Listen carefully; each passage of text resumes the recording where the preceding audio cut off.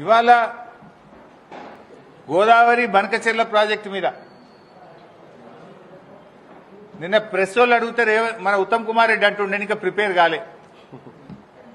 వెనకట కేసీఆర్ గారు అసెంబ్లీలో ప్రజెంటేషన్ ఇచ్చిండు.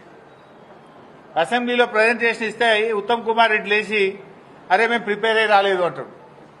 ఏది అసెంబ్లీలో మాట్లాడమంటే మైక్ ఇస్తే స్పీకర్ గారు నేను ప్రిపేర్ అయ్యి రాలేదని లేచిపోయింది ఆ రోజు అసెంబ్లీలకి.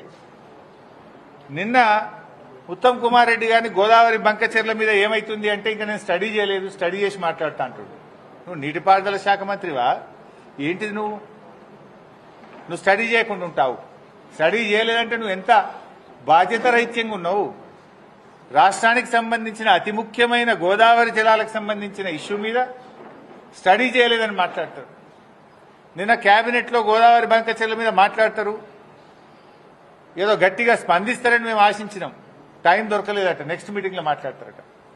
పేపర్లలో ఏమొచ్చిందంటే గోదావరి బంకచెర్ల మీద మాట్లాడడానికి టైం దొరకలే, మళ్ళా మీటింగ్ లో మాట్లాడతారట. అంటే రాష్ట్రానికి సంబంధించి ఇంతకంటే ముఖ్యమైన అంశం ఇంకోటి ఉంటుందా? ఏం మాట్లాడినరు 5 గంటలు? కమిషన్ల గురించో, పర్సంటేజ్ల గురించో, హైకమాండ్కి పంపే మూటల గురించి మాట్లాడుకున్నారా?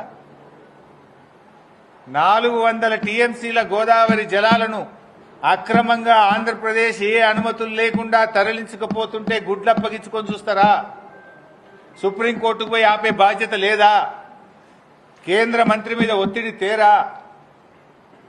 నీతి ఆయోగ్ మీటింగ్ లో ముఖ్యమంత్రి ప్రధానమంత్రిని ఎందుకు ప్రశ్నించలేదు?